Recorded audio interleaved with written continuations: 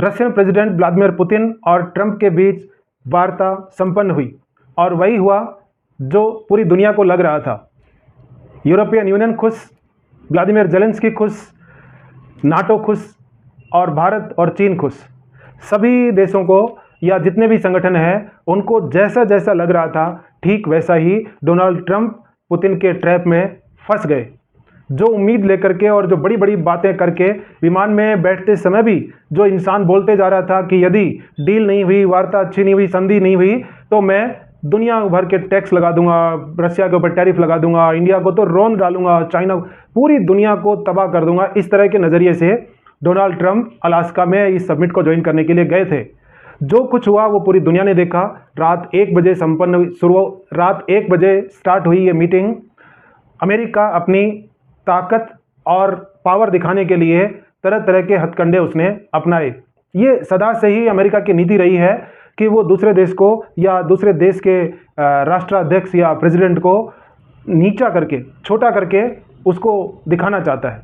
और वही रात को अमेरिका ने करना चाहा कि वहाँ पर इतना हैवी डिप्लॉयमेंट किया गया कि जैसे कोई युद्ध का आह्वान किया गया हो। B-2 बॉम्बर और अपने युद्धवाहक जहाज और छः प्लेन वहाँ एयरबेस के ऊपर अमेरिका ने पहले से स्थापित रखे। तो ये लगा कि ये आदमी संधि करने के लिए नहीं जा रहा है, बल्कि प्रेशर टैक्टिक से रशिया को और पुतिन को डरा कर धमका कर वो संधि करवाने के लिए उस पर दबाव डाल रहा है। लेकिन रशियन प्रेसिडेंट व्लादिमीर पुतिन बहुत ही जीनियस और एक लेगेसी के साथ में आए हुए नेता हैं। वो बिजनेसमैन नहीं है, वो बहुत बड़ा नेता है। दुनिया के सबसे जहीन लीडर्स में उसको काउंट किया जाता है। व्लादिमीर पुतिन भी ट्रंप से कुछ अलहदा निकले और वो खुद बताते हैं कि अपने 6 रशियन विमान लेके आए थे। पहले एक विमान में उनके डिप्लोमेट्स आते हैं, फिर उनके जो जर्नलिस्ट आते हैं, प्लस एक और विमान आता है, उसमें उसकी जो कार्स होती हैं वो आती हैं, फिर एक विमान, और तो लोगों को पता ही नहीं चला कि कौन से विमान में व्लादिमीर पुतिन है। ये भाव भूमिका दोनों देशों की ओर से पावर प्रैक्टिस है वो की जा रही थी और पूरी दुनिया को लग रहा था कि अमेरिका इसमें से कुछ हासिल नहीं करेगा। जो ही वो मीटिंग है वो स्टार्ट होती है, उससे पहले एक तस्वीर जो पूरी दुनिया में वायरल हो गई, वो लाव्रोव की टी शर्ट। हम बात करेंगे उसके बारे में कि जो टी शर्ट पूरी दुनिया के मीडिया की नज़र में आई, वहीं पर सबने अंदाज लगा लिया था कि ये मीटिंग किसी मुकाम तक नहीं पहुंचेगी। लेकिन फिर भी डोनाल्ड ट्रंप ने जो प्रयास किया, क्योंकि ऐसी वार्ता रशिया और अमेरिका के बीच में रोज़ रोज़ नहीं होती हैं, उन्होंने अच्छा प्रयास किया, लेकिन उसकी नीयत है वो काफ़ी ख़राब थी। व्लादिमीर पुतिन पूरी तैयारी के साथ आए थे। वो एक ऐसे नेता जैसे किसी कंपनी के CEO की तरह पूरा प्रेजेंटेशन बहुत तैयारी के साथ में विद डॉक्यूमेंट्स वो पहुंचे थे। उधर अमेरिकन प्रेसिडेंट डोनाल्ड ट्रंप जो हर वक्त मीडिया और माइक के सामने खड़े रहते हैं, वो बिना किसी तैयारी के, बिना किसी प्रिपरेशन के, और जैसे जैसे समय बढ़ता गया अमेरिका और उसके जो डिप्लोमेट्स थे उनको लगने लगा कि वार्ता कोई सफल या मुकाम तक नहीं पहुंचेगी, तो वो बीच में से उठ करके जा रहे थे, आ रहे थे। तो ये नहीं लगता कि वो पुतिन को दबा पाए या फिर कोई उनसे कुछ हासिल कर पाए। तो आखिर व्लादिमीर पुतिन बहुत कुछ यहाँ से हासिल करके गए हैं। 15 अगस्त के बाद में पूरी दुनिया में व्लादिमीर पुतिन की जो इमेज बिल्डिंग होगी वो एक शानदार लीडर की होगी। और डोनाल्ड ट्रंप हैं वो किसी मतलब घायल प्राणी की तरह, क्योंकि उनके पास अब ऑप्शन बचे नहीं है। डोनाल्ड ट्रंप ने पूरी दुनिया के साथ बिगाड़ लिया है और वो चाहते थे कि मैं पूरी दुनिया को डराकर बाद में व्लादिमीर पुतिन के सामने जाऊं तो मेरा ऑरा पुतिन को दबा देगा, लेकिन हुआ उससे उल्टा। उन्होंने सबसे हाथ धो लिए, यूरोपियन यूनियन से और चीन से, भारत से और तमाम खाड़ी देश यानी ईरान और ये सब हैं, उन सब से डरा धमका करके जो टैरिफ का नाटक उसने किया वो सब अब वो पटरी पर लौटेंगे वापस। वो बैक टू बेसिक्स हैं, वो एक बार फिर से करेंगे। अभी दुनिया को लगता है कि इसका टैरिफ और वो डील का नाटक है वो खत्म होगा, क्योंकि इस समिट में निश्चित तौर पर व्लादिमीर पुतिन एज पर हैं और डोनाल्ड ट्रंप नुकसान में हैं। जो ही वो वार्ता होती है और उसकी जो प्रेस कॉन्फ्रेंस होती है उसमें एक कच्चे लीडर की ये पहचान होती है कि वो स्टेज किसी और को दे दे, और वही लीडर बने, ताज़ा लीडर बने डोनाल्ड ट्रंप ने ये कर दिया कि पुतिन को स्टेज सौंप दिया, कि वो डर गए कि कहीं मैं बोलूं और उसके बाद में पुतिन एड्रेस करेंगे तो वो मुझे मेरी बात को काट ना दें या दबा ना दें। ये डर वही आदमी या उसी के होता है जो बिना तैयारी के आता है। अब पुतिन पूरी तैयारी के साथ आए, उन्होंने काफ़ी अच्छे से एड्रेस किया और ये बताया पूरी दुनिया को कि इस वॉर को स्टार्ट करने में अमेरिका का ही हाथ है। थोड़ी तारीफ भी कर दी उन्होंने ट्रंप की कि आप होते तो शायद ये युद्ध नहीं होता, लेकिन अल्टीमेट ये लड़ाई यूक्रेन के साथ में जो रशियन सेना की है वो अमेरिका की ही स्टार्ट की हुई है। अमेरिका ने नाटो को उकसाया और यूक्रेन को उसका उकसाया, हथियार दिए, उसको टेक्नोलॉजी दी, उसको समर्थन दिया और इतने लंबे समय तक उसकी सपोर्ट रखी। तो अल्टीमेट तो ये लड़ाई तो रशिया और अमेरिका के बीच में थी। अब डोनाल्ड ट्रंप चाहते हैं कि किसी तरह से इस लड़ाई से पीछा छूटे। अंदर शायद उसने कहा होगा कि यार इसको बंद करो, लेकिन पुतिन अब इस लड़ाई को और लंबा लेके जाना चाहते हैं। वो अमेरिका, नाटो या यूरोपियन यूनियन का जूस निकाल करके देखना चाहते हैं, क्योंकि उनके अंदर वो ताकत अब रही नहीं है। और जो अर्थव्यवस्था को नुकसान पहुंचाने वाली, डेंट पहुंचाने वाली नीतियां हैं वो व्लादिमीर पुतिन अब जान चुके हैं, क्योंकि लंबा समय हो गया उनको ये सब करते हुए। तो शायद अब रशिया एज पर है, उसका कोई नुकसान नहीं होगा।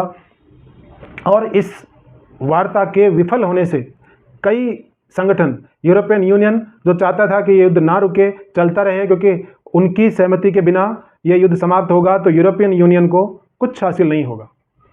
व्लादिमीर जेलेंस्की ये खुद चाहते थे, क्योंकि यूरोप में घूम रहे थे अभी वो, इस वार्ता को रुकवाने के लिए वो खुद चाहते थे कि ये वार्ता नहीं हो और युद्ध विराम नहीं हो, क्योंकि रूस और अमेरिका की शर्तों पर यदि होगा तो जेलेंस्की को उसकी जनता मार देगी। तो वो भी खुश हैं, इधर चाइना खुश है, और भारत को भी ट्रंप को आईना दिखाने के लिए ये काफ़ी अच्छा दिन रहा।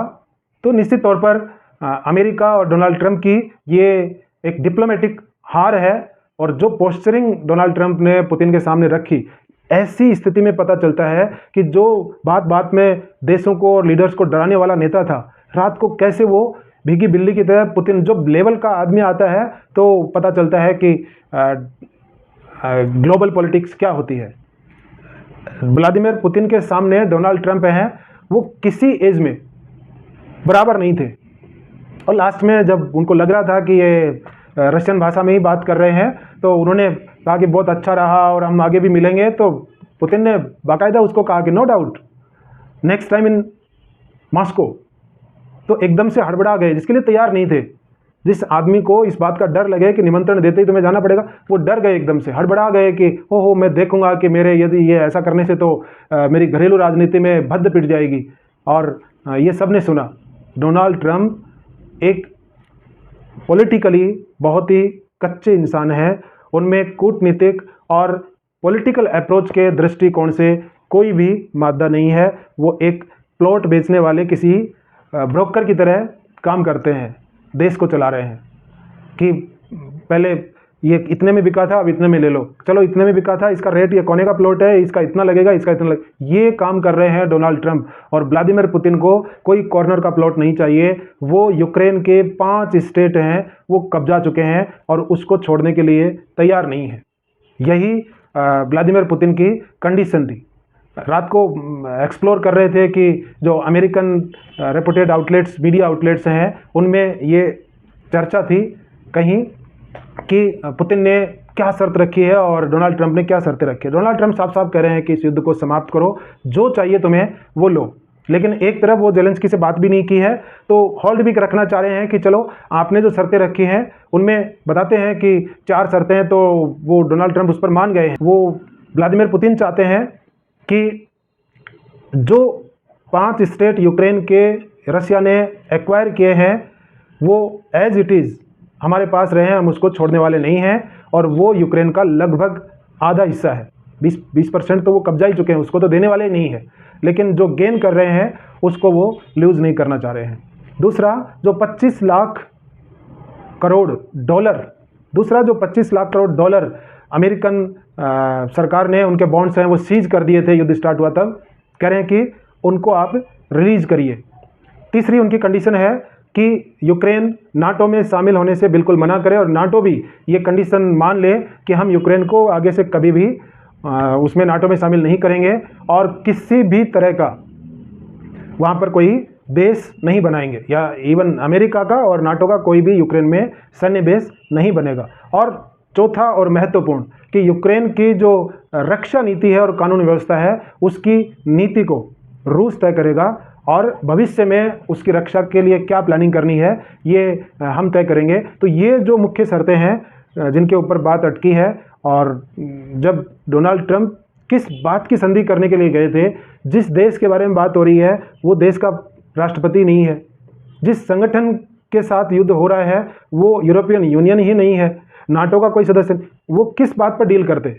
दुनिया को समझ में आ रहा था कि वो केवल एक बार मिलना चाह रहे हैं, और रशियन प्रेसिडेंट का भी यही था कि वो ट्रंप की आंखों में झांक कर देखना चाहते हैं कि ये आदमी कितना सच बोल रहा है और कितना झूठ बोल रहा है, और इसके अंदर कितना पॉलिटिकल या जो ग्लोबल कूटनीति का पाप है वो भरा हुआ है कि ये सही बोल रहा है या गलत है।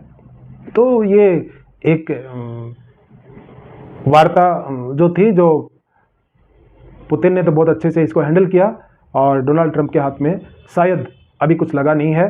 देखते हैं कि नेक्स्ट टाइम जब वार्ता होगी या अगली बार जब ये मिलेंगे तो क्या होगा। वैश्विक दृष्टि से देखा जाए तो युद्ध के भड़काने वाले जो तौर तरीके थे उनको एक बार ये शांत करने वाली चीज़ वो हुई है, और ट्रंप का जो गुरूर था वो भी कुछ कम हुआ है। तो शायद थोड़ा एक बार ठहराव आएगा, जो पॉलिटिकल उथल पुथल जो चल रही थी अब थोड़ा शांति के साथ ये चीज़ आगे बढ़ सकेगी। तो इसी के साथ यदि आपको हमारा कंटेंट है वो पसंद आ रहा है, आपको क्या लगता है कि ये वार्ता है वो किस दिशा में गई और किसका पक्ष सही है, व्लादिमीर पुतिन या ट्रंप या फिर जेलेंस्की, तो आप अपनी राय इसके साथ रख सकते हैं। और यदि आपको हमारा कंटेंट पसंद आ रहा है तो आप इसको सब्सक्राइब करिए, हमारे चैनल को सपोर्ट कीजिए और इसको लाइक करिए और फॉरवर्ड करिए अपने इस तरह के टॉपिक के जानकार लोगों के साथ में इसको आप शेयर करिए। और जन्माष्टमी की आपको बहुत बहुत शुभकामनाएं।